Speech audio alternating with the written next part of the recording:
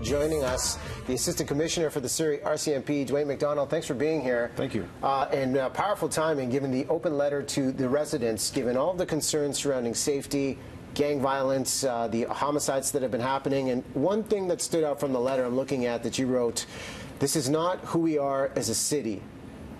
Given the current reality in Surrey, how would you define the identity? Well, Surrey is a very large, dynamic city. It's growing at a rapid rate.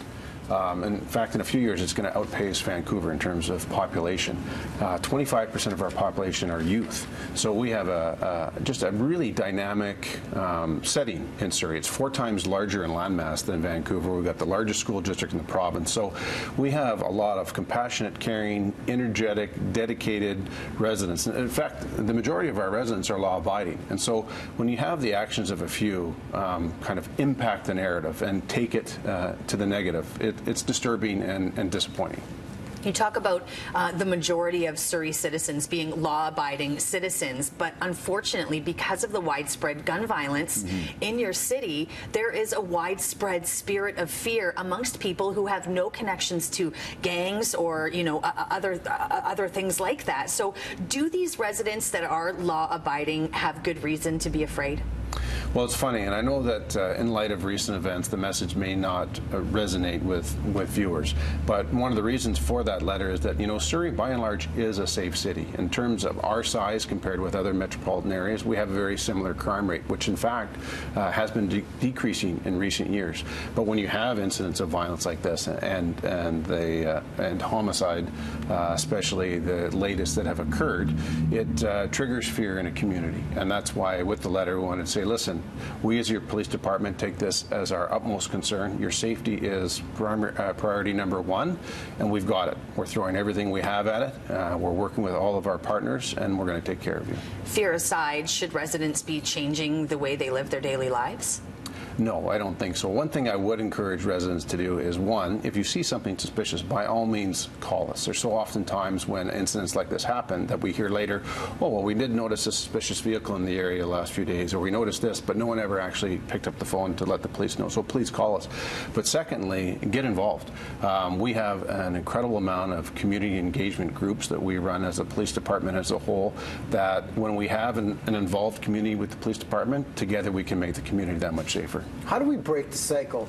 You know, you do a show like this day in, day out, and whether it's Surrey or any of the other cities, we hear about this happening, and I know in the letter you address targeting the youth and trying to get ahead of it, but truly, how complicated is this issue of gang violence, and what is the first step or priority from the RCMP to let people know they're taking action to help quell these fears? Well, certainly gang violence in the Lower Mainland has been kind of a narrative for the last 25 years. And that really is the key question, is why does this continue and the greater Lower Mainland district continue to be a problem and continue to attract youth? And so we've spent a considerable amount of resources and continue to do so in early intervention and education and prevention with our youth. So in Surrey, we are currently running about 17 different initiatives to get us in front of elementary school kids, high school kids, to teach them about the dangers and the myths involved in the gang lifestyle, how to get out. And so our gang enforcement unit delivers a program called Shattering the Image,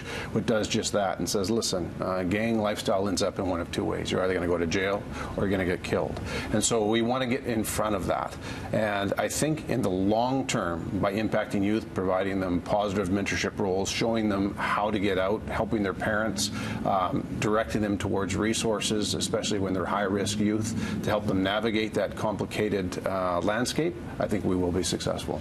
I know that you've reached out to parents recently in Surrey to let them know some of the programs and initiatives that you have for youth to help keep them out of gangs. What about parents? I'm a mom. There's parents watching. I mean, our kids don't necessarily talk to us, especially if they're getting into trouble. What should we be watching for, or are there programs for parents? Well, significantly, it's a question that's asked all the time.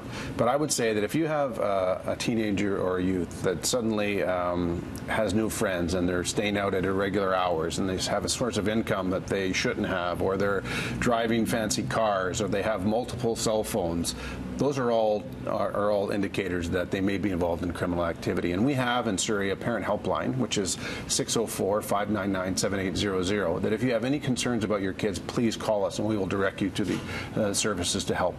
You know, one of the sentiments that stood out was wake up at the recent rallies that took place in Surrey. What do you say to those people that are genuinely concerned? They see the programs, maybe they want to see more officers on the ground. When you look at the force compared to the VPD, it's half the size with, you know, Surrey. And look at all these people out here that are genuinely concerned. What do you say to them that are calling for a wake up? Well, it's interesting. We met with the rally organizers before the big rally at City Hall, and I find it very encouraging and very positive because it shows you that the community of Surrey is very engaged and they're willing to help.